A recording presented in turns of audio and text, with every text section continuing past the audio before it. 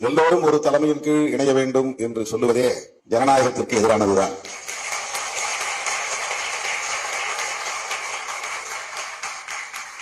ஆயிரம் பூக்கள் மலரட்டும் என்றார் மாவோ.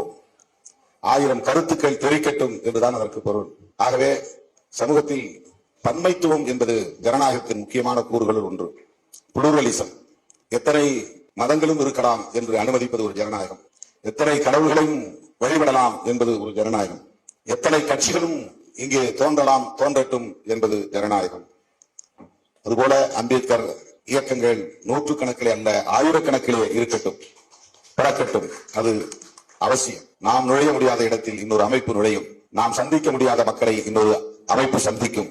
நாம் சொல்ல முடியாத கருத்தை இன்னொரு அமைப்பு சொல்லும். அப்படி பல அமைப்புகள் பரவலாக இருந்து செயல்படுவது என்பது சமூகத்தில் தவிர்க்க முடியாத ஒரு தேவை, ஜனநாயகத்தில் தவிர்க்க முடியாத ஒரு தேவை. ஆனால்